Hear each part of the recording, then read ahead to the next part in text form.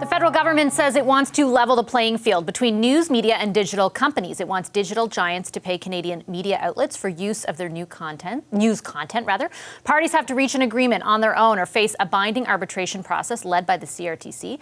The government says the move and legislation is meant to bolster this country's news industry. Since 2008, more than 450 news outlets in Canada have closed. Google and Facebook alone make up about 80% of all online ad revenue in Canada. Pablo Rodriguez is the Minister of Canadian Heritage. He's here in Ottawa. Mr. Rodriguez, good to have you on the program. Thanks for making the time. Hello, Vashi. Thank you for having me. Why is it the government's job, Mr. Rodriguez, to make sure the media makes money? It's not our job at all. Actually, we're just setting the table where the two parties can come and negotiate. So this is really arm's length, and it's up to them to negotiate and strike a deal or not. If they don't, then they go to final arbitration with independent arbitrators. We're not there. But in essence, they're being forced into that arbitration if they don't make a deal. And then if they don't come out of that with some sort of arrangement, there is a penalty to be paid, quite a steep one. You can pay up to $15 million. So the government is like, there is a strong hand being played here to force these digital giants to make a deal. Is that not right? No, Vashi, no. The $50 million, if they do something wrong, it has nothing to do with that. The final arbitration, at the end of the day, is just about the deals between the two. So the way it works, as you know, a free, independent, neutral, non-partisan press is fundamental for our democracy. And it's shrinking now. You said it before, 450 news outlets close their door. And the money's all going to the big platforms. So what we're asking here is for them to sit down, negotiate, right? Strike a deal. If they can't, then they go to final arbitration with independent arbitrators, and the government is not there in the process. It's all market-based. It's a market-based approach.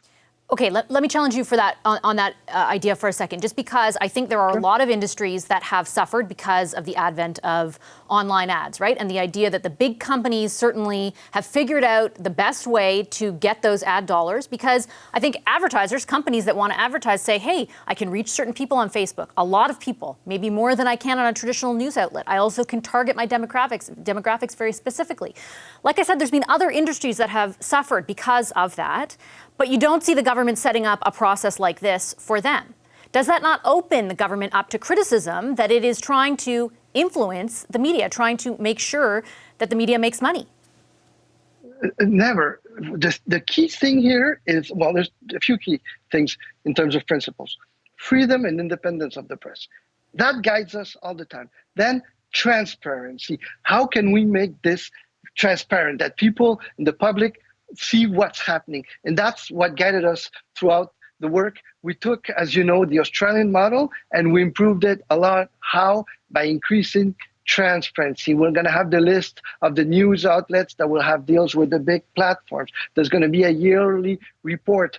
We're not deciding which platform will have to negotiate. There's a set of independent criteria that is there, and whichever platform meets it is included. We're not deciding which media outlet will be touched by this. There's also a set of independent and neutral criteria that will decide for us. We don't decide. It's not up to the Minister of Heritage or the government to decide which news organization will be included. Respectfully, though, you've set up the parameters through which they will be chosen, right? Your government has set up this process, has outlined the parameters through legislation by which all of these decisions that you claim to be so separate from will actually happen. So are you as separate as you claim to be?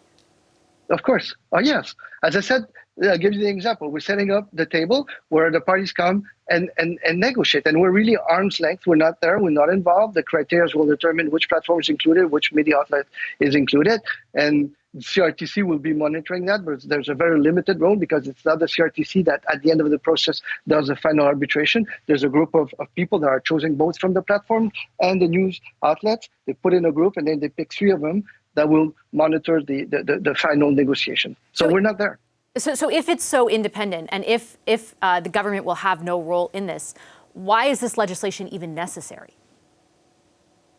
Because there's an imbalance and there's not force to negotiate.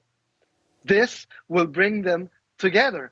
If you don't have this, then the platforms that control 80%, that receive 80% of the revenues will say, okay, there's no negotiation. We can still do our own business, make a lot of money, not pay the news, and it's fine. And to be honest, I think there's an openness from the platforms. I had excellent conversations with Google. I had excellent conversation with Facebook.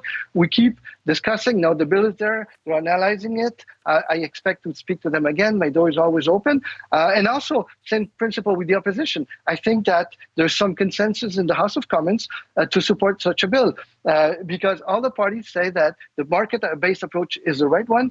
The Australian model as a base is the right one. And even the Conservatives had the Australian model in their platform. So I had many discussions with my counterpart, and we may not agree on everything, but on the principle, I think we agree. I guess I still am confused about how, if a government sets this up, how it becomes a market. Like, there is government intervention, how it's just a market-based solution. But I do want to get one more question in before we run out of time. What is to guarantee that the money raised through this, that through whatever arrangement is made, the profits that are shared with the news outlets, what is to guarantee that those news outlets actually use it to bolster journalism? It's one of the criteria. There are 6 criteria. So when the platform strikes a deal with a media outlet or a group, because they're able to do a collective bargaining. So when the platform strikes a deal with the media, then they have to present this to the CRTC to get an exemption from the law, the platform, and then they have to respect a group of things. And one of them is to make sure that the media outlet is using that money in big chunks, in big part, for professional journalism, for the newsrooms, for their journalists. And what happens if they don't? Then they don't get the extension. Then the deal is not considered valid. Then they go to final arbitration. Okay, I'll leave it there. Mr. Rodriguez, thanks very much for your time. Thank you very much, Mashi. Talk soon. You as well. That's Pablo Rodriguez. He is the Minister of Heritage. 5 News. Hi, I'm Vashi Capellos, host of Power in Politics. See more of our show by subscribing to the CBC News channel or click the link for another video.